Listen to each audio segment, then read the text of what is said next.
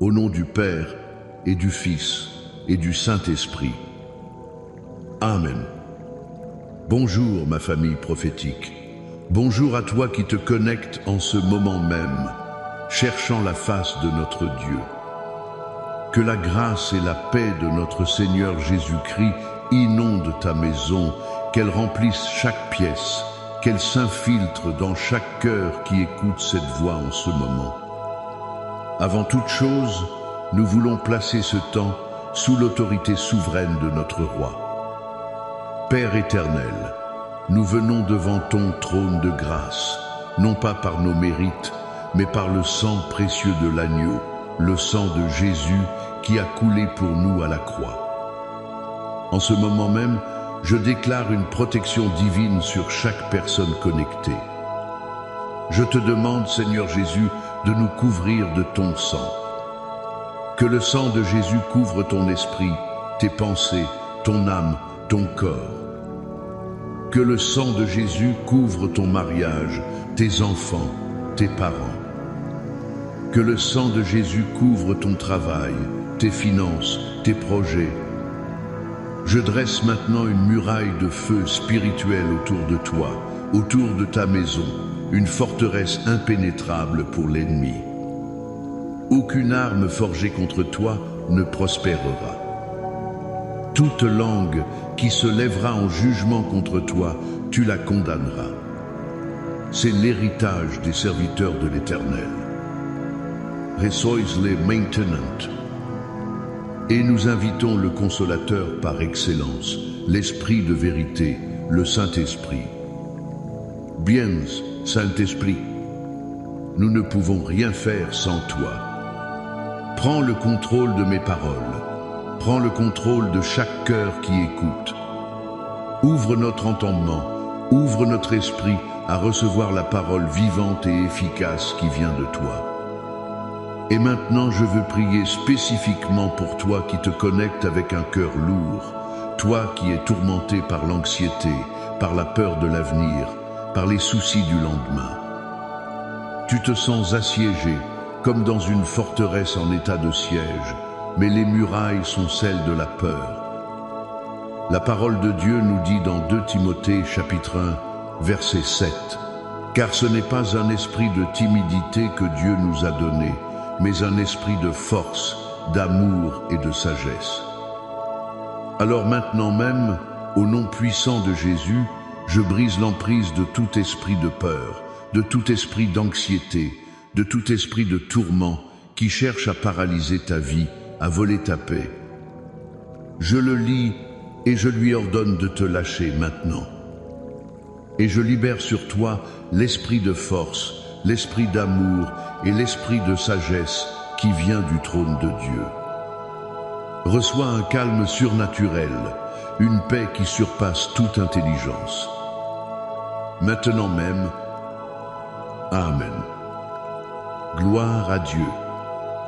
Famille, avant que nous plongions dans la parole que le Seigneur a mise sur mon cœur pour toi aujourd'hui, fais-moi savoir que tu es là. Laisse un Amen puissant dans les commentaires.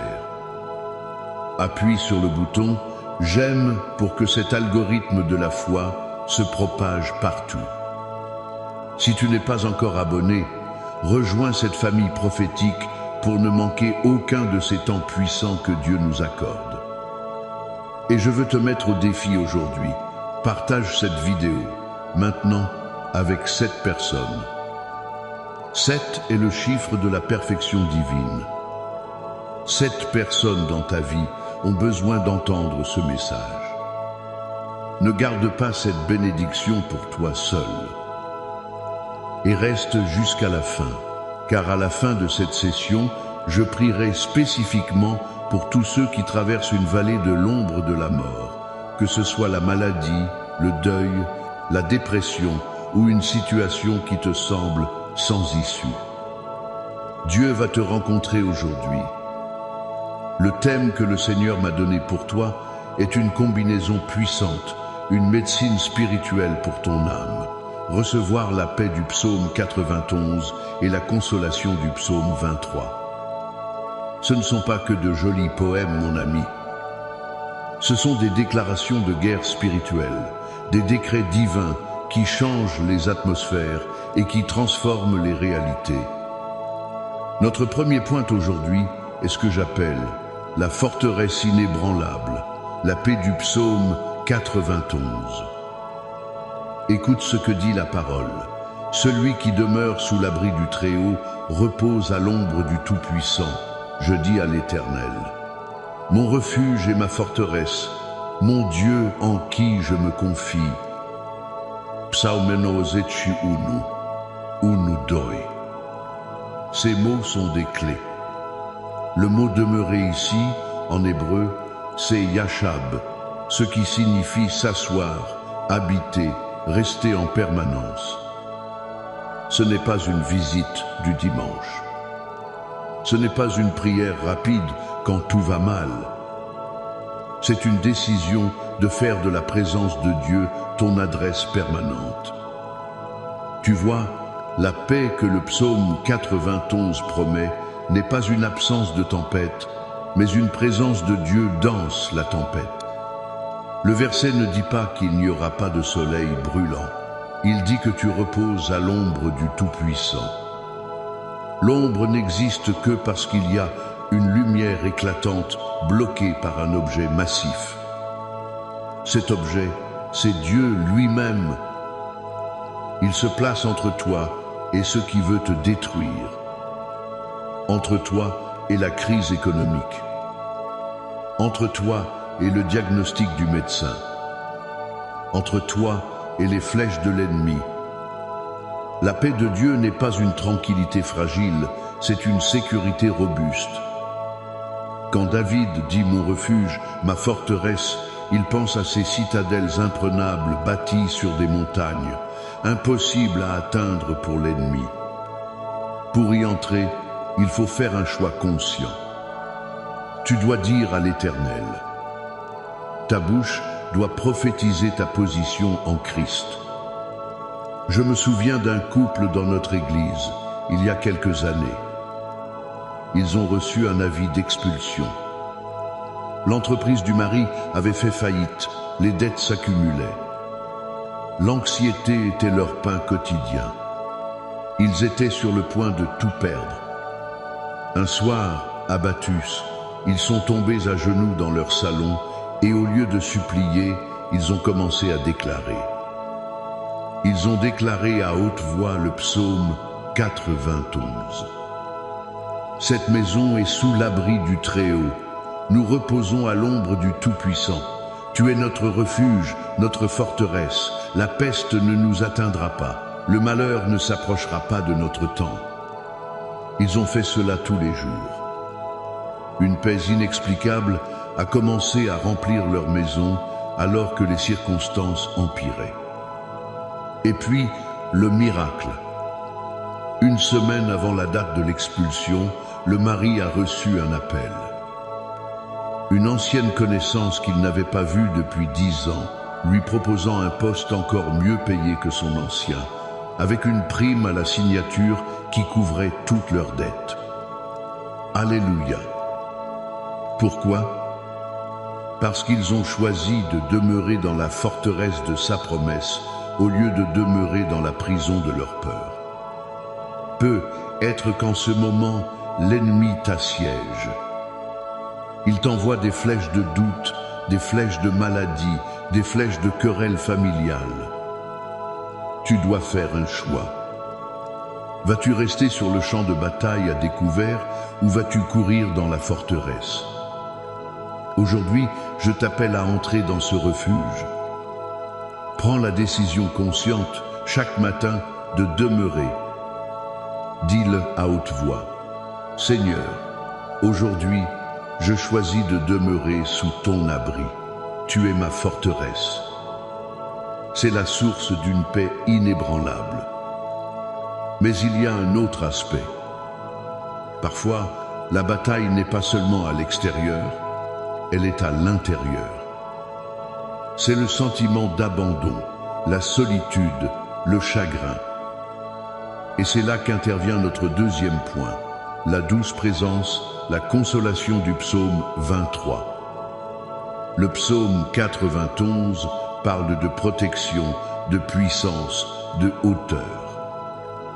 Le psaume 23 parle de proximité, d'intimité, de soins personnels. Écoute cette déclaration incroyable. L'Éternel est mon berger, je ne manquerai de rien. Psaume 12, 1. Ce n'est pas le berger du monde ou le berger d'Israël, c'est mon berger. C'est personnel. C'est une relation intime. Et c'est cette intimité qui est la source de la plus grande des consolations. David, l'auteur de ce psaume, était un berger. Il savait ce que cela signifiait. Un berger ne reste pas dans son palais pendant que ses brebis affrontent le lion et l'ours. Il descend dans la vallée avec elles. Il dort dehors avec elles. Il les protège au péril de sa vie. C'est pourquoi David peut dire cette phrase qui a traversé les siècles. Quand je marche dans la vallée de l'ombre de la mort, je ne crains aucun mal, car tu es avec moi. Ta houlette et ton bâton me rassurent. Psaume 12, 4. Analysons cela. Il ne dit pas si je marche, il dit quand je marche. La vallée est un passage inévitable de la vie. Il y aura des saisons sombres, des saisons de deuil, de perte, de maladie. Mais remarque bien, c'est la vallée de l'ombre de la mort. Une ombre peut paraître terrifiante, mais elle ne peut pas te blesser. Un camion qui passe peut projeter une ombre sur toi, mais c'est le camion lui-même qui est dangereux, pas l'ombre. Satan a le pouvoir de projeter l'ombre de la mort, mais Jésus a vaincu la mort elle-même. La substance a été clouée à la croix. Ce qui nous effraie n'est plus que son ombre. Et même là, dans cette vallée obscure, le secret pour ne craindre aucun mal n'est pas le courage humain. C'est la révélation d'une présence, car tu es avec moi. La consolation ne vient pas de la fin de la vallée, mais de la compagnie que tu as dans la vallée. Sa houlette et son bâton. La houlette était une crosse utilisée pour guider doucement, pour ramener les brebis qui s'égaraient. Le bâton était une arme, un gourdin pour combattre les prédateurs. C'est une image magnifique. Le même berger qui te guide avec une tendre patience est celui qui combat férocement pour toi. Sa correction te rassure. Son autorité te sécurise. Il est le bon berger. Pense à la vie de David. Quand a-t-il écrit ces mots? Peu être quand il fuyait Saül dans le désert, dormant dans des grottes. Peu être après avoir perdu son enfant nouveau-né. Peu être quand son propre fils Absalom cherchait à le tuer. David a connu des vallées si sombres que la plupart d'entre nous ne peuvent même pas l'imaginer. Et pourtant, au milieu de cela, il avait la révélation que le berger ne l'avait jamais abandonné. Mieux encore, regarde le verset 5, « Tu dresses devant moi une table en face de mes adversaires. » Il ne dit pas quand mes adversaires seront partis. Non. C'est au milieu de la bataille, alors que tes ennemis te regardent, que Dieu prépare pour toi un festin de bénédiction, de provision et de justification. C'est la plus grande des consolations. Il ne se contente pas de te faire survivre à la vallée, il t'honore au milieu d'elle. Peu être que tu te sens dans cette vallée en ce moment. La solitude te ronge. Le chagrin est une couverture lourde sur tes épaules. Tu as l'impression que Dieu est à des millions de kilomètres. Écoute la vérité de l'Esprit de Dieu aujourd'hui. Il est là, juste à côté de toi. Il est ton berger. Il ne t'a pas oublié. Il marche avec toi même si tu ne le sens pas. Ta consolation ne viendra pas de l'explication du pourquoi de ta vallée, mais de la révélation de qui marche avec toi dans la vallée. Aujourd'hui, choisis de te reposer dans sa présence consolatrice. Choisis de croire qu'il est en train de préparer une table pour toi, même si tout ce que tu vois, ce sont tes adversaires. Alors aujourd'hui, tu reçois ces deux révélations, la paix de la forteresse et la consolation du berger. Tu as une protection extérieure et une présence intérieure. Tu es invincible. Maintenant, je veux que nous scellions cela. Je veux lire la totalité du psaume 91 sur ta vie comme une déclaration prophétique. Ne te contente pas de l'entendre. Hesoi Shakimot. Laisse-le devenir un bouclier autour de toi. Ferme les yeux si tu le peux et reçois cette proclamation de foi. Celui qui demeure sous l'abri du Très-Haut repose à l'ombre du Tout-Puissant. Je dis à l'Éternel, mon refuge et ma forteresse, mon Dieu en qui je me confie. Car c'est lui qui te délivre du filet de l'oiseleur, de la peste et de ses ravages. Il te couvrira de ses plumes, et tu trouveras un refuge sous ses ailes. Sa fidélité est un bouclier et une cuirasse. Tu ne craindras ni les terreurs de la nuit, ni la flèche qui vole de jour, ni la peste qui marche dans les ténèbres, ni la contagion qui frappe en plein midi. Que 1000 tombent à ton côté et 10 000 à ta droite, tu ne seras pas atteint. De tes yeux seulement tu regarderas, et tu verras la rétribution des méchants. Car tu es mon refuge, ô Éternel, tu fais du Très-Haut ta retraite. Aucun malheur ne t'arrivera, aucun fléau n'approchera de ta tente. Car il ordonnera à ses anges de te garder dans toutes tes voies. Ils te porteront sur les mains, de peur que ton pied ne heurte contre une pierre. Tu marcheras sur le lion et sur l'aspic, tu fouleras le lionceau et le dragon. Puisqu'il m'aime, je le délivrerai, je le protégerai, puisqu'il connaît mon nom. Il m'invoquera, et je lui répondrai. Je serai avec lui dans la détresse, je le délivrerai, et je le glorifierai. Je le rassasierai de longs jours, et je lui ferai voir mon salut. Amen. Amen. Amen. Reçois cette parole pour toi, pour ta maison. Maintenant, famille, inclinons nos cœurs. C'est le moment de la prière. C'est le moment où le ciel touche la terre. Père céleste, au nom puissant de Jésus, nous venons devant toi. Nous te remercions pour ta parole qui est une lampe à nos pieds et une lumière sur notre sentier. Seigneur, je prie maintenant pour chaque personne qui écoute. Je te demande de leur accorder la grâce de demeurer. Apprends-leur à faire de toi leur adresse permanente, leur abri secret. Qu'ils ne soient pas des visiteurs de ta présence, mais des résidents. Je déclare maintenant, selon ta parole, que la paix qui surpasse toute intelligence garde leur cœur et leurs pensées en Jésus-Christ. La paix du psaume 91. Que cette paix se manifeste maintenant dans leur esprit, dans leurs émotions, dans leur corps, dans leur maison. Toute tempête d'anxiété, de peur, de confusion, je lui commande de se taire maintenant, au nom de Jésus. Seigneur, mon berger, je te prie pour mes frères et sœurs qui marchent dans une vallée. Toi seul connais la profondeur de leur douleur, la noirceur de leur chemin. Je te demande, Seigneur, de leur donner une révélation fraîche de ta présence. Révèle-toi comme le berger qui est à leur côté. Qu'ils sentent la douceur de ta houlette qui les guide, la puissance de ton bâton qui les défend.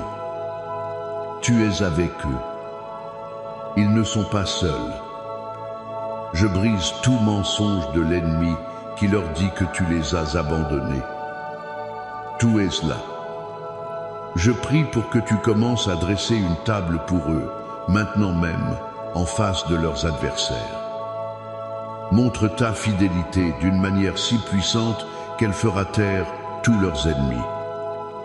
Et maintenant, comme je l'ai promis, pour toi qui es dans la vallée de l'ombre de la mort, toi qui luttes contre la dépression, qui as l'impression qu'un nuage noir ne quitte jamais ta tête, toi qui pleures un être cher et le chagrin te submerge, toi qui fais face à un diagnostic médical terrifiant, toi qui es au bout du rouleau, peut être même avec des pensées suicidaires. Écoute-moi. Au nom qui est au-dessus de tout autre nom, le nom de Jésus-Christ, je lis l'esprit de mort, l'esprit de dépression, l'esprit de chagrin, l'esprit d'infirmité. Je vous commande de lâcher l'enfant de Dieu maintenant. Je prophétise la vie sur toi. Je prophétise la joie du Seigneur qui est ta force. Je prophétise la guérison divine. Le soleil de la justice se lève pour toi avec la guérison sous ses ailes. Reçois la vie.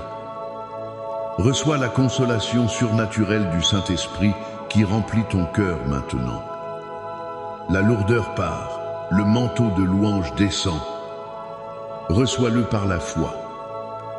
Et je veux étendre cette prière pour ta famille. Tout autel démoniaque qui parle contre ton mariage, je le renverse par le sang de l'agneau. Je déclare la restauration des couples, la réconciliation. Pour tes enfants qui sont loin de Dieu, je les arrache des griffes de l'ennemi et je déclare qu'ils serviront l'Éternel. Je proclame la paix et l'unité dans ta maison. Pour tes finances, je brise l'esprit de pauvreté, de dette et de manque. Je commande aux fenêtres des cieux de s'ouvrir sur ta vie. Que Dieu te donne des idées créatives, des promotions inattendues, des faveurs surnaturelles. Je déclare que tu es la tête et non la queue, que tu prêteras et que tu n'emprunteras pas. Pour ta santé, par les meurtrissures de Jésus, tu as été guéri. Je libère la puissance de guérison sur ton corps. Tout cancer, diabète, douleur chronique, maladie auto-immune, je vous commande de sécher à la racine au nom de Jésus. Sois guéri, sois entier. Maintenant, lève tes mains où que tu sois et reçois cette bénédiction finale. Que l'Éternel te bénisse et qu'il te garde. Que l'Éternel fasse luire sa face sur toi et qu'il t'accorde sa grâce. Que l'Éternel tourne sa face vers toi et qu'il te donne sa paix inébranlable, sa paix surnaturelle, la paix de la forteresse, la paix du berger. Dans le nom glorieux du Père, du Fils et du Saint-Esprit. Amen et Amen. Sois fortifié, famille. Va et marche dans ta victoire. Je t'aime de l'amour du Seigneur. À très bientôt.